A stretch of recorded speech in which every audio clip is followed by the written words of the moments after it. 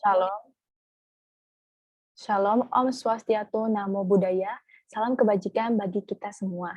Selamat pagi dan selamat datang kembali kami ucapkan kepada para penonton LTS Indonesia dalam seri bincang-bincang LTS Volume 54 dengan topik pembahasan polemik dugaan penyelewengan dana umat ACT. Bersama dengan Bapak Dr. Muhammad Rustamaji, SHMH, beliau adalah Guru Besar Hukum Pidana Universitas 11 Maret. Beliau sudah bergabung dengan kita di sini. Selamat pagi, Bapak. Selamat pagi, Mbak Adila. Selamat pagi, semoga dalam keadaan sehat selalu ya, Pak. Alhamdulillah sehat. Sebelumnya, izinkan saya untuk mengenalkan LTS terlebih dahulu ya, Pak. Boleh, silakan. LTS merupakan media digital hukum yang didirikan Maret 2020.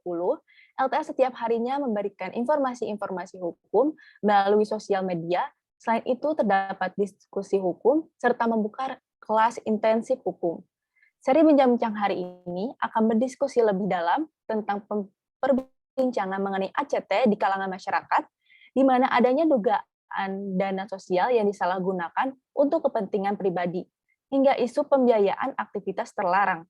Akibat isu tersebut, Kementerian Sosial melalui Keputusan Menteri Sosial Republik Indonesia pada tanggal 5 Juli 2022 mencabut izin penyelenggaraan pengumpulan sumbangan kepada Yayasan ACT. Pembahasan ini pun menjadi menarik untuk diperbincangkan mengenai langkah hukum dan pandangan dari hukum pidana Indonesia. Untuk itu, kepada Bapak Rustamaji, saya persilakan untuk memberikan penyampaiannya. Baik, terima kasih untuk Mbak Adila dan rekan-rekan yang menyaksikan kegiatan dari teman-teman hari ini. Izinkan saya untuk memaparkan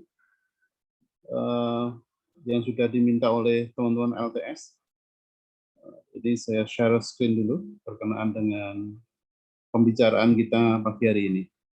Jadi seperti yang disampaikan atau diantarkan Mbak Adila tadi, memang kemudian ada beberapa hal yang menjadi polemik berkenaan dengan dugaan penyelewengan dana umat oleh ACT atau Aksi Cepat Tanggap, yang merupakan sebuah yayasan yang sebenarnya sudah sangat populer di Indonesia, bahkan di beberapa negara.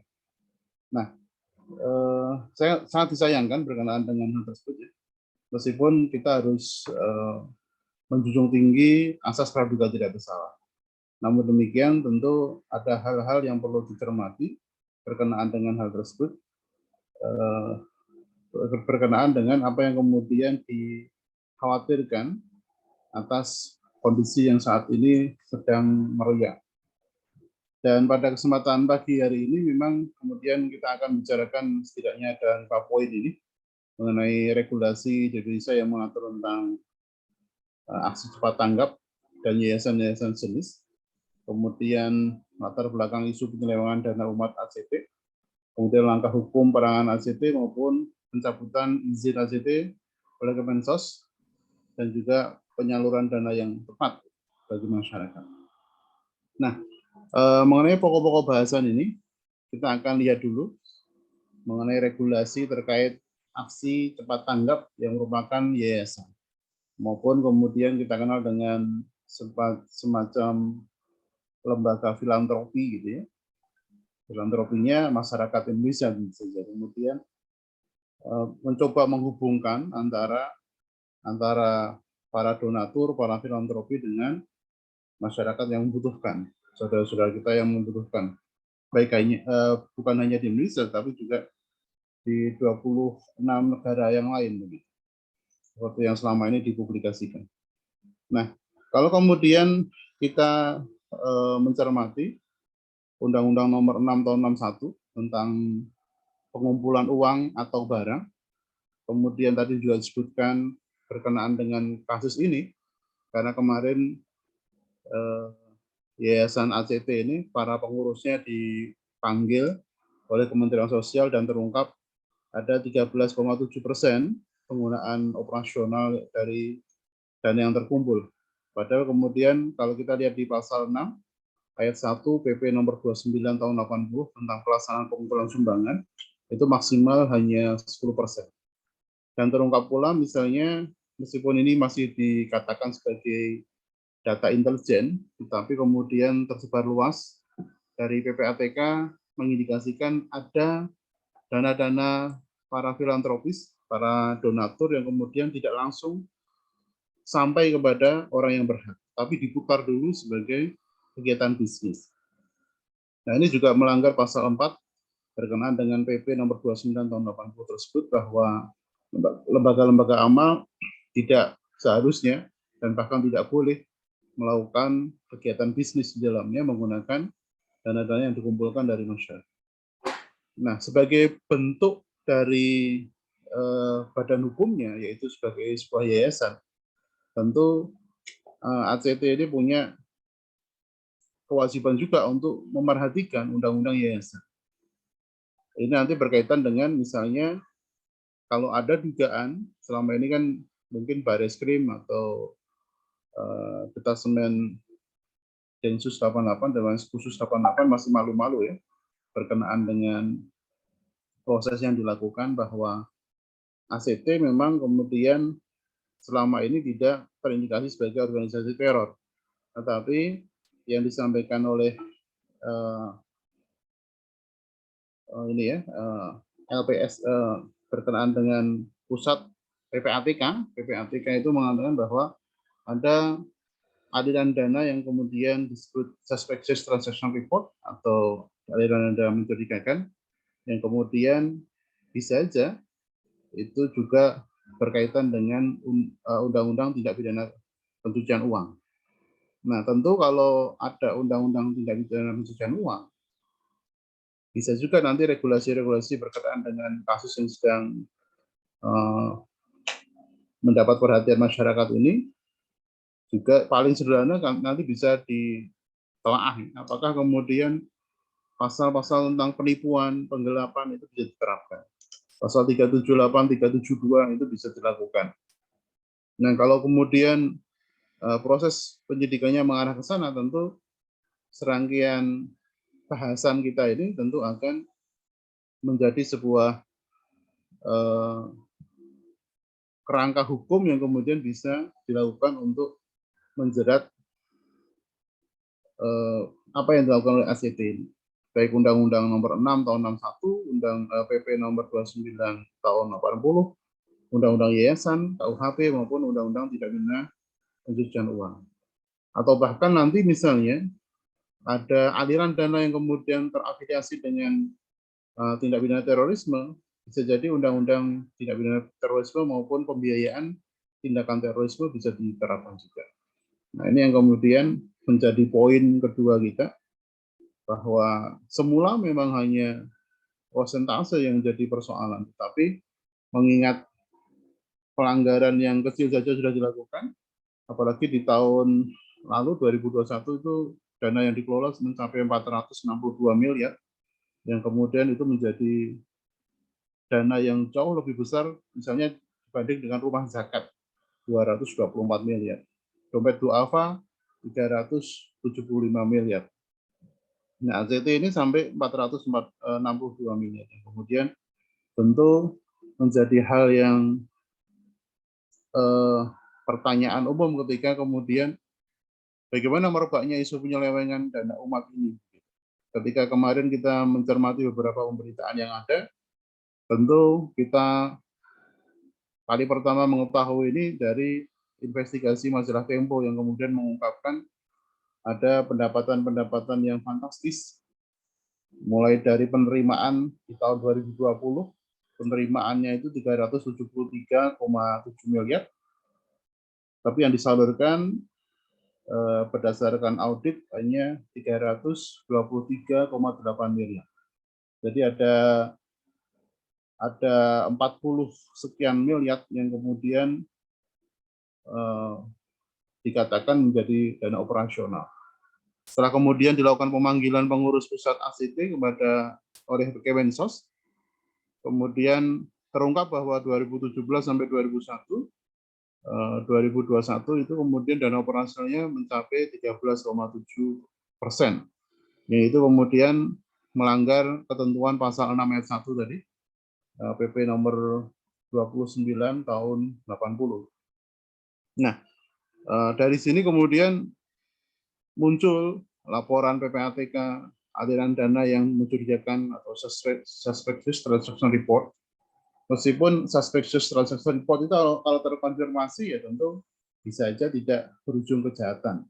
Tapi kalau tidak terkonfirmasi itu menjadi poin penting untuk kemudian menelisik lebih jauh.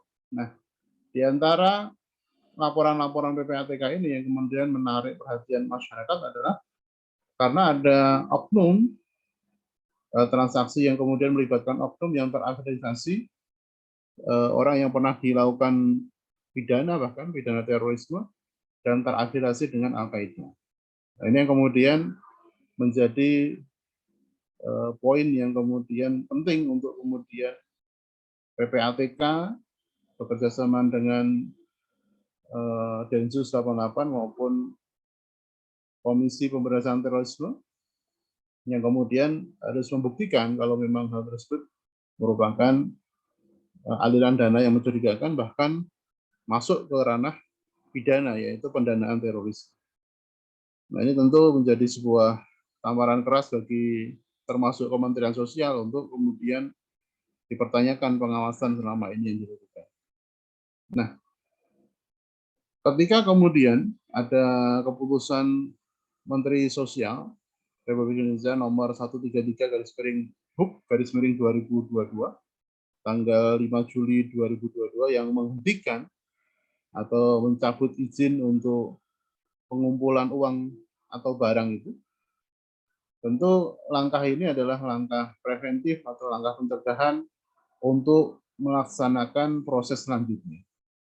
Jadi pencabutan izin ini ada yang mengatakan ini terlalu terburu-buru karena ada teguran tertulis, teguran lisan, teguran tertulis begitu ya. Itu pun teguran tertulis harus 3 kali dan sebagainya. Itu kalau kesalahan-kesalahannya memang pada ranah administrasi, selama ini tidak pernah terungkap gitu ya. Tapi ketika kemudian terbukti bahwa ada pelanggaran pasal 6 ayat 1 PP nomor 29 tahun 80 tadi tentang alokasinya maksimal untuk operasional itu 10%, tapi ternyata terungkap pula operasionalnya 13,7%. Kemudian ada fasilitasi yang luar biasa bagi para pengurusnya. Kemudian ada transaksi yang kemudian berujung bisnis, bahkan pemilik dari bisnis tersebut adalah orang yang masih terafiliasi dengan ACT. Maka hal-hal seperti ini mencederai yang kemudian bukan hanya hukum-hukum formil PP nomor 29 tadi misalnya, tapi ada juga dugaan-dugaan tindak pidana yang lain yang kemudian bisa disematkan. Misalnya kalau memang dana itu seharusnya maksimal 10% operasional, kemudian bahkan para relawan, kalau kita dengar ya, para relawan yang kemudian berpeluh-peluh atau bahkan di lapangan itu bahkan ada semacam ini ya, relawan tidak dibayar bukan karena tidak berharga, tetapi karena tidak ternilai harganya. Tapi ketika kemudian gaji pendirinya 250 juta, gaji presiden direkturnya 200 juta dan sebagainya, itu tentu kalau ketua dewan pembina 250 juta, senior vice presiden 150 juta, vice presidennya 80 juta per bulan, direktur eksekutifnya 50 juta.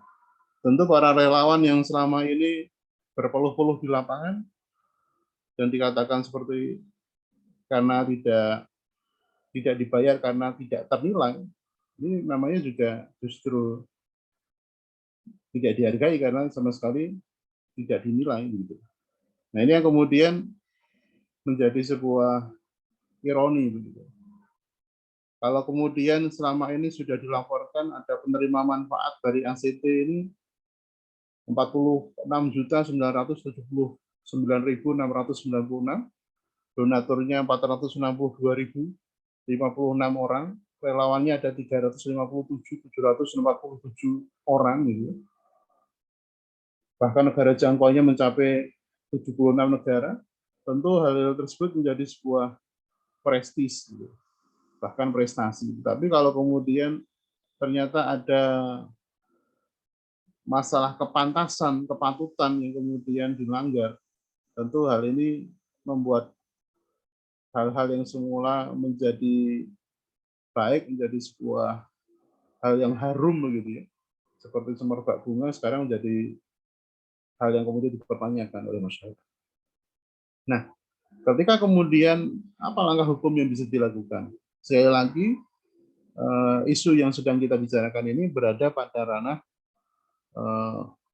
penyelidikan atau bahkan penyidikan. Karena kalau penyidikan bahkan belum ya. Jadi ini masih proses penyelidikan. Jadi belum ada tersangkanya, belum ada siapa yang bertanggung jawab, apakah strict liability, orang per orang yang melakukan, atau vicarious liability karena ini yayasan. Maka kalau kita bicara tentang hukum pidana sebagai sebuah ultimum remedium, sebagai sebuah obat terakhir, tentu pencabutan izinnya adalah langkah administratif yang kemudian bisa dilakukan pertama. Tapi kemudian kalau memang kemarin pencabutan izinnya adalah penghentian izin untuk pengumpulan dan pengumpulan uang dan barang.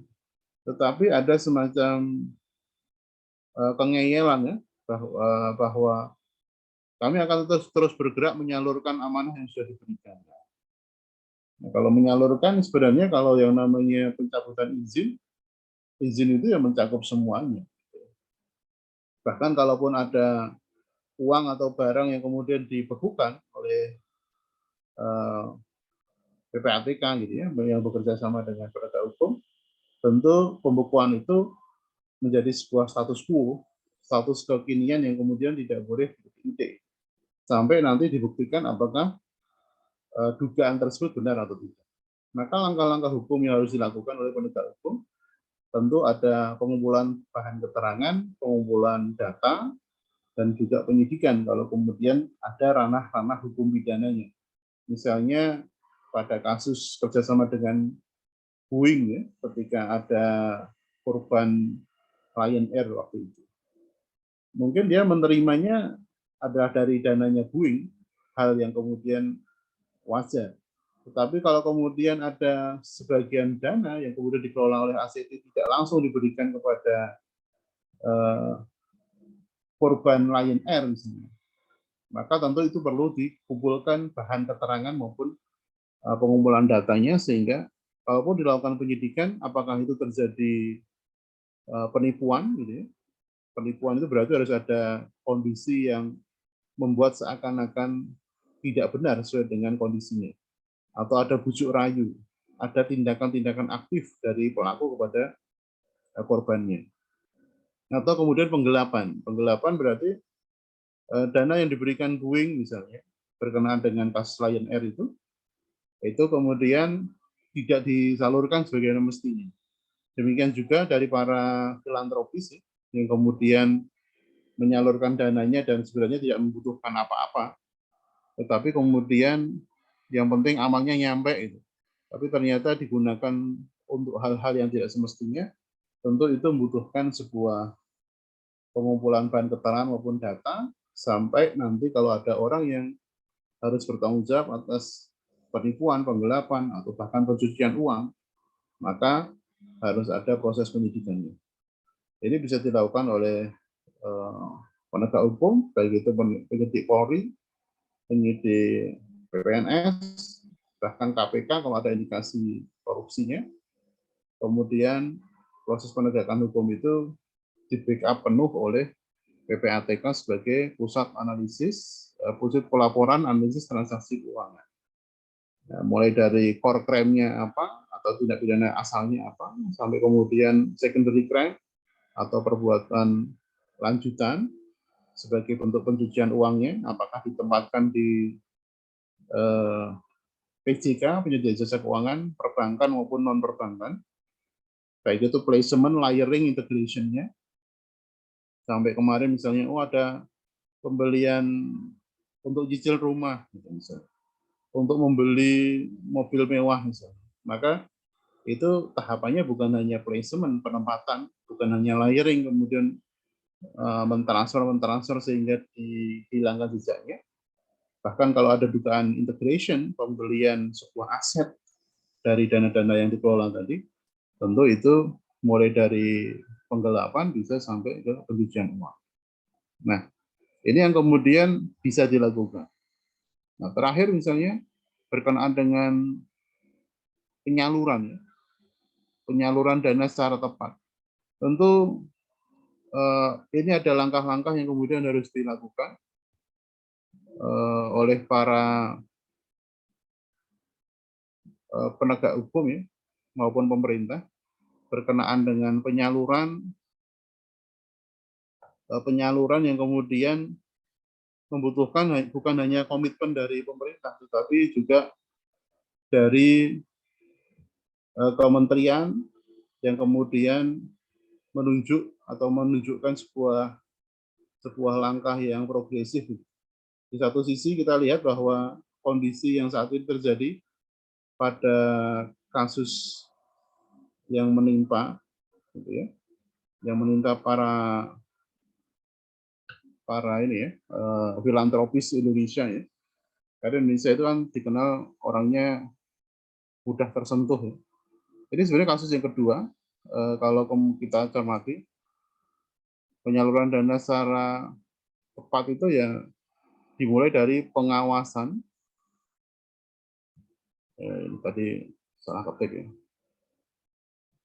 Jadi mulai dari pengawasan oleh kementerian terkait, kalau misalnya memang ada yayasan-yayasan yang kemudian mengumpulkan dana dari masyarakat seperti ACT ini, tentu ini ada potensi saat ini orang nggak percaya lagi untuk menyalurkan dana melalui berbagai macam yayasan yang di bawah Kementerian Sosial.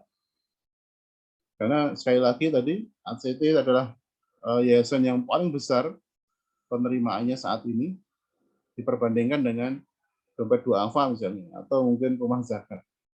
Nah ini kalau pengawasan kementerian terkait dalam hal ini Kementerian Sosial tidak demikian ketat, kemudian auditnya juga tidak dilakukan secara baik, gitu ya. Apalagi dulu pernah ada kasus jual beli wajar tanpa pengecualian, WTP. Nah, wajar tanpa pengecualian ini dulu ternyata auditornya bisa disuap juga, ini yang menjadi masalah, ya, di negeri ini. Nah, kalau kemudian pengawasan dari kementerian terkait sudah baik, audit dijalankan dengan baik, gitu. Apalagi Indonesia ada BPK maupun lembaga-lembaga audit yang kredibel, yang kemudian bisa diminta untuk melaksanakan audit. Kemudian kalau diperlukan memang harus ada penunjukan lembaga resmi pemerintah yang kemudian bisa mengolah dengan sebaik-baiknya. Kalau di bawah Kementerian Agama kan kita kenal ada Basnas atau Lasnas. Kalau Basnas tentu itu bentukan pemerintah. Tapi kalau Lasnas misalnya itu bisa ormas, misalnya dari Lazismu dari Muhammadiyah misalnya, atau Lazisnu dari Nahdlatul Ulama, itu yang kemudian bisa menjadi prototipe untuk kemudian penyaluran dana yang lebih tepat dari masyarakat Indonesia yang kemudian terkenal sangat murah hati dan dermawan. Bahkan di beberapa laporan internasional, 8 dari 10 atau bahkan 8 lebih masyarakat Indonesia itu menyumbang di tahun 2020-2021. Di saat pandemi sekalipun itu tidak berkurang. Jadi itu hasil riset internasional, bahkan menempatkan masyarakat Indonesia menjadi masyarakat yang paling filantropis. Nah, kasus yang pertama dulu memang ditemukannya kotak-kotak amal yang kemudian diletakkan di berbagai macam warung dan sebagainya, ternyata digunakan untuk pembiayaan terorisme. Ini yang kedua. Kalau memang nanti akhirnya terbukti ACT ada aliran dana untuk terorisme. Ini tentu menjadi sebuah langkah yang kemudian menjadi PR besar oleh pemerintah. Kalau kementerian terkait dalam hal ini adalah Kemensos yang harus menjalankan PR ini ya harus dikerjakan dengan secepat mungkin. Harus dilakukan audit keseluruhan, mengingat banyak sekali lembaga pengumpul dana umat ini yang kemudian harus di audit, harus diawasi, kemudian agar kepercayaan masyarakat itu kembali tumbuh. Karena bagaimanapun ini sebenarnya bukan hanya promosi dari pemerintah, karena ada perintah agama, ada perintah adat yang kemudian siapa yang berderma maka dia akan mendapatkan kebaikan gitu. Nah, perintah-perintah agama, perintah adat ini yang kemudian agaknya menjadi semacam ini ya, kebiasaan masyarakat Indonesia yang baik untuk terus berderma, tetapi kebaikan ini jangan sampai dimanfaatkan dengan tanpa koreksi. Nah, ini yang kemudian poin-poin yang bisa menjadi pemantik, semoga nanti menjadi sebuah diskusi yang lebih baik ke depannya.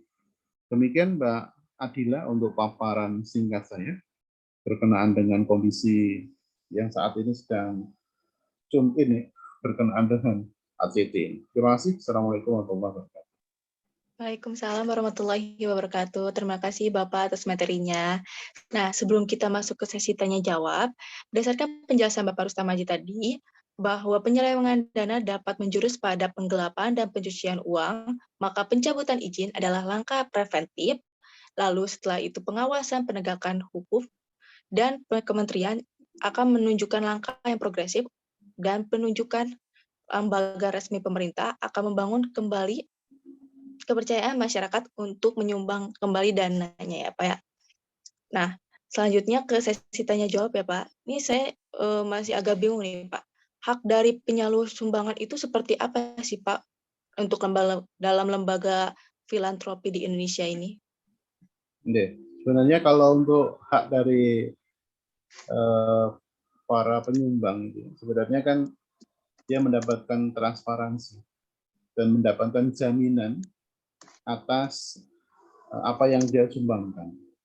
Mungkin kalau orang per orang itu tidak terlalu besar, tetapi kalau dikalikan sekian banyak kan tentu akan terkulminasi menjadi sebuah jumlah yang sangat besar. Apalagi selain orang per orang sebagai natural person, ada juga reversion badan-badan hukum untuk menyalurkan yang namanya CSR misalnya, corporate responsibility, atau kemudian dana-dana kalau waktu dulu ada tsunami itu hampir semua TV meskipun itu adalah lembaga penyiaran juga menghimpun dana untuk misalnya dana pemirsa gitu. Karena mungkin sekarang enggak orang banyak nonton TV ya, nontonnya YouTube. Jadi tidak banyak. Tapi yang jelas ada dua itu Mbak. Yang pertama itu masalah transparansi, yang kedua masalah jaminan untuk sampainya apa yang kemudian disumbangkan. Tentu itu yang garis besar. Demikian Mbak Adina. Ya. Nah, dalam kasus ACT ini juga kan disebutkan ya Pak bahwa sebenarnya dana dari masyarakat itu ada yang digunakan untuk operasional lembaga ACT tersebut. Nah, itu termasuk dalam penyelewengan dana menurut Bapak atau tidak ya? Kalau kita cari pasalnya atau cari normanya, dana operasional itu kan maksimal 10%. Jadi kalau lebih dari 10% ya itu pelanggaran namanya. Jadi kalau maksimal 10% tadi ada di PP nomor 29 tahun 80, pasalnya pasal 6 ayat 1. Nah, kemudian ada juga ternyata selain dana itu yang diinput ternyata ada kegiatan bisnis yang memutar uang itu tidak langsung dari para donatur kepada orang yang membutuhkan, tapi diputar lagi menjadi bisnis, itu juga melanggar pasal 4. Nah, kalau ada pasal-pasal yang dilanggar, ini yang kemudian kita sebut dengan adanya wederrechtelijk. Wederrechtelijk itu perbuatan melawan hukum pidana. Nah, kalau perbuatan melawan hukum pidananya itu kemudian ada, berarti kan ada pelanggaran. Itu yang kemudian harus dibuktikan. Apakah kemudian itu hanya pelanggaran atau justru sampai ke level yang lebih tinggi, yaitu kejahatan. Gitu. Kalau itu terbukti ada kejahatan misalnya penggelapan, kalau misalnya maksimal 10%, berarti kan 3,7% itu kan harusnya dikembalikan. Itu misalnya. Kalau masalah tadi, saya mengatakan ada gaji yang luar biasa fantastis, 250 juta per bulan. Itu kan maksudnya pemberi dana kan bukan untuk gaji, bukan untuk gaji karyawan, tapi ya disampaikan kepada orang yang membutuhkan. Kalaupun ada hal-hal yang perlu penggajian, silahkan, tapi yang wajar. Nah, kewajaran itu bagaimana? Kewajaran memang ranahnya ranah moral. Tetapi kemudian kalau berlebihan tentu akan menjadi masalah di dalamnya. Nah, masalah itu munculnya di mana? Ternyata melebihi dari 10% yang ditentukan dalam PP tadi, PP nomor 29 tahun 80 tentang pelaksanaan pengumpulan sumbangan. Nah, tentu ini berkaitan dengan kalau kita hanya mengacu ke Undang-Undang nomor 6 tahun 61 tentang pengumpulan uang dan barang, tentu sanksinya sangat ringan, hanya kurungan 3 bulan dan sebagainya. Tetapi kalau itu masuk ke ranah KUHP misalnya, karena penggelapan, gitu, penggelapan dana umat misalnya, tentu itu akan menjadi masalah yang levelnya naik, bukan hanya pelanggaran tetapi kejahatan. Nah, kalau kejahatan bahkan sampai ada tadi perputaran uang untuk bisnis, padahal uangnya dari umat, gitu ya, itu tentu ada placement layering integration bahkan sampai ke kejahatan pencucian uang. Kalau memang dilakukan pencucian uang untuk melakukan pengambilan sebagian dana tadi. Kalau sampai ke terorisme, tentu akan meningkat lagi levelnya menjadi pendanaan kegiatan terorisme. Demikian, Mbak Adina. Ya, seperti itu ya Pak. Jadi kalau misalkan masyarakat merasa bahwa tidak ada transparansi nih Pak dari lembaga yang ia salurkan dananya. Nah, langkah-langkah hukum seperti apa sih Pak yang harus masyarakat itu lalui agar ia bisa mendapatkan haknya kembali? Ya, jadi kalau saat ini dilakukan oleh sebenarnya masyarakat itu kan banyak sekali, dan kalaupun ada badan hukum yang ikut menyumbang juga mungkin sebenarnya tidak punya waktu untuk melakukan gugatan misalnya secara keperdataan. Tetapi sebenarnya inilah fungsi pemerintah ketika kemudian melakukan pencabutan izin. Kalau pencabutan izin, otomatis semuanya juga izin untuk mengumpulkan uang dan barang nggak boleh. Kemudian kalau menyalurkan, dilakukan yang namanya blokir dulu atas rekening-rekening yang jumlahnya banyak sekali. Nah, kalau memang kemudian apa yang bisa dilakukan pemerintah? Pemerintah yang mengambil alih untuk penyalurannya sesuai dengan yang diperuntukkan. Misalnya untuk kegiatan bencana, untuk pendidikan, untuk pemberdayaan masyarakat misalnya. Atau untuk misalnya yang kemudian dulu programnya apa untuk siapa, itu yang kemudian menjadi tanggung jawab pemerintah ketika pemerintah melakukan langkah-langkah hukum. Itu yang kemudian bisa dilakukan. Jadi memang tidak secara langsung ketika masyarakat itu kan kalau kita menggunakan kontrak sosial, teori kontrak sosial, bahwa masyarakat itu sudah memberikan sebagian hak pribadinya untuk menuntut, membalas begitu ya, kepada pemerintah. Jadi pemerintah itu kan kewajibannya mewujudkan yang namanya negara yang makmur gitu, atau welfare state. Nah, welfare state itu salah satunya kalau dalam hal-hal sosial yang kemudian mengelola lembaga-lembaga sosial yang mengumpulkan dana dari masyarakat. Kalau dia negara ingin menyejahterakan masyarakat di bidang ekonomi, dia buat pasar. Untuk mencerdaskan, dia buat sekolah. Untuk menyehatkan, dia buat rumah sakit. Nah, untuk menangani saudara-saudara kita yang kemudian sedang kena bencana bagaimana? Ya, dia melalui Kementerian Sosial. Kalau negara tidak mampu, dia akan memberdayakan lembaga-lembaga yang bergerak di bidang sosial dan kemanusiaan. Kalau mereka melakukan pelanggaran, maka ditindak oleh Kemensos, kemudian Kemensos mengambil alih untuk menyalurkan dana itu sesuai dengan peruntukan. Nah, kalau eksekutif yang melaksanakan, dia harus diaudit oleh BPK. Demikian, Mbak. Baik, Pak. Kembali lagi nih Pak kepada hak penyalur, salah satunya kan adalah transparansi dari lembaga penyalur nih tersebut ya Pak ya. Nah, transparansi seperti apa sih yang menurut Bapak dilakukan lebih baik dilakukan oleh lembaga filantropi di Indonesia? Sebenarnya ada sebuah contoh atau best practice yang bisa ditiru ya. Meskipun kemudian selain kewajiban sebuah yayasan itu untuk membuka apa namanya, berapa pendapatannya, penyalurannya untuk apa, secara terbuka dalam laporan tahunan. Nah, laporan tahunan itu nanti akan diaudit, kemudian auditornya itu tentu bukan auditor yang dipesan, tetapi auditor yang independen. Kalau perlu ya auditor yang disediakan oleh pemerintah, dalam hal ini Kemensos misalnya. Nah, ini yang kemudian sebagai bentuk controlling. Tapi ada sebuah contoh ya, yang kemudian mungkin yayasan ini tidak terlalu besar. Ada di Jogja juga, Yayasan Sayap Ibu misalnya. Yayasan Sayap Ibu itu menangani adik-adik kita, saudara-saudara kita yang kemudian mengalami cacat ganda, gitu ya.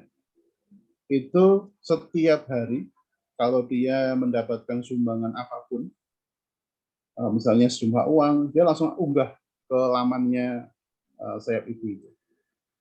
Diunggah, hari ini mendapatkan sekian, ada pencatatannya, kemudian disampaikan peruntukannya untuk apa. Bahkan sampai waktu kita mengajarkan kunjungan ke Yayasan Sayap Ibu itu misalnya, ada nenek-nenek penjual pisang. Jadi sebelum sampai ke pasar, dia menyerahkan satu lirang pisang itu, sampaikan ke yayasan itu untuk makan adik-adik. Itu dicatat. Pisang 1 lirang itu dari ibu ini itu dicatat. Itu transparansi seperti itu yang kemudian bisa diakses secara terbuka. Memang kemudian itu semuanya dimonitoring dalam sebuah pembukuan. Pembukuan itu kemudian dilaporkan secara terbuka, baik itu secara berkala maupun tahunan. Nah, tapi yang selanjutnya tentu diaudit oleh teman-teman kita yang punya kemampuan untuk auditor. Demikian, Mbak. Baik Pak, jadi hak penyalur itu adalah transparansi atas barang atau uang yang ia salurkan kepada lembaga filantropi tersebut. Nah, dari barang tersebut tidak boleh digunakan untuk bisnis ya Pak, karena melanggar pasal 4. Nah, untuk penyelenggaraan dana untuk lembaga tersebut hanya maksimal 10% berdasarkan pasal 6 ayat 1. Lalu untuk pengawasan itu dapat melalui audit dan pengawasan dari kementerian ya Pak ya? Betul, Mbak. Nah, terima kasih Pak atas jawaban Bapak. Dikarenakan waktu sudah mendekati akhir acara, untuk yang terakhir saya persilakan kepada Bapak Rustam Aji memberikan closing statement mengenai materi seri bincang-bincang hari ini. Yeah. Baik, terima kasih atas kesempatan yang diberikan kepada saya oleh teman-teman yang kemudian tergabung dalam LTS Indonesia berkenaan dengan kasus yang saat ini sedang membelit aksi cepat tanggap ini, tentu menjadi sebuah pembelajaran bagi semua pihak. Bagi masyarakat Indonesia yang kemudian sangat murah hati dan dermawan, tentu harus meningkatkan kewaspadaan bahwa yang pertama berkenaan dengan apa yang niat baik itu kemudian harus disalurkan dengan baik juga. Nah, alangkah lebih baiknya kemudian langsung disalurkan kepada orang yang benar-benar membutuhkan, atau kalau melalui sebuah kelembagaan, tentu lembaga-lembaga yang kredibel. Syukur-syukur itu bentukan pemerintah, misalnya Basnas, gitu. Atau kalau kemudian organisasi masyarakat ya Lazis Muhammadiyah atau Lazis dari Nahdlatul Ulama, atau lembaga-lembaga yang kemudian terpercaya. Nah, berkenaan dengan hal tersebut, itu yang pertama. Bagi kementerian, terutama Kementerian Sosial maupun Kementerian Agama, yang membawakan organisasi-organisasi maupun yayasan yang mengumpulkan dana dari umat, tentu menjadi PR besar untuk selalu melakukan monitoring dan audit atas eksistensi yang dilakukan oleh teman-teman yang mendulang atau mengumpulkan dana dari umat.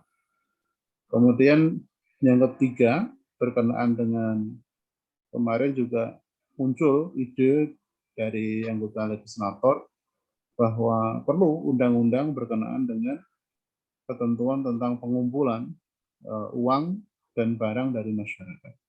Karena Indonesia tadi sangat terkenal dengan jiwa filantropisnya, tapi saat ini undang-undang yang ada itu sudah uzur.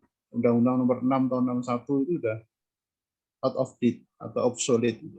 Maka diperlukan undang-undang baru yang kemudian itu menjadi PR dari lembaga legislatif untuk kemudian memikirkan bagaimana melindungi keinginan masyarakat untuk terus menjadi orang yang berderma di satu sisi, tetapi kedermawanan itu tidak disalahgunakan oleh orang-orang yang ingin mendapatkan keuntungan secara pribadi.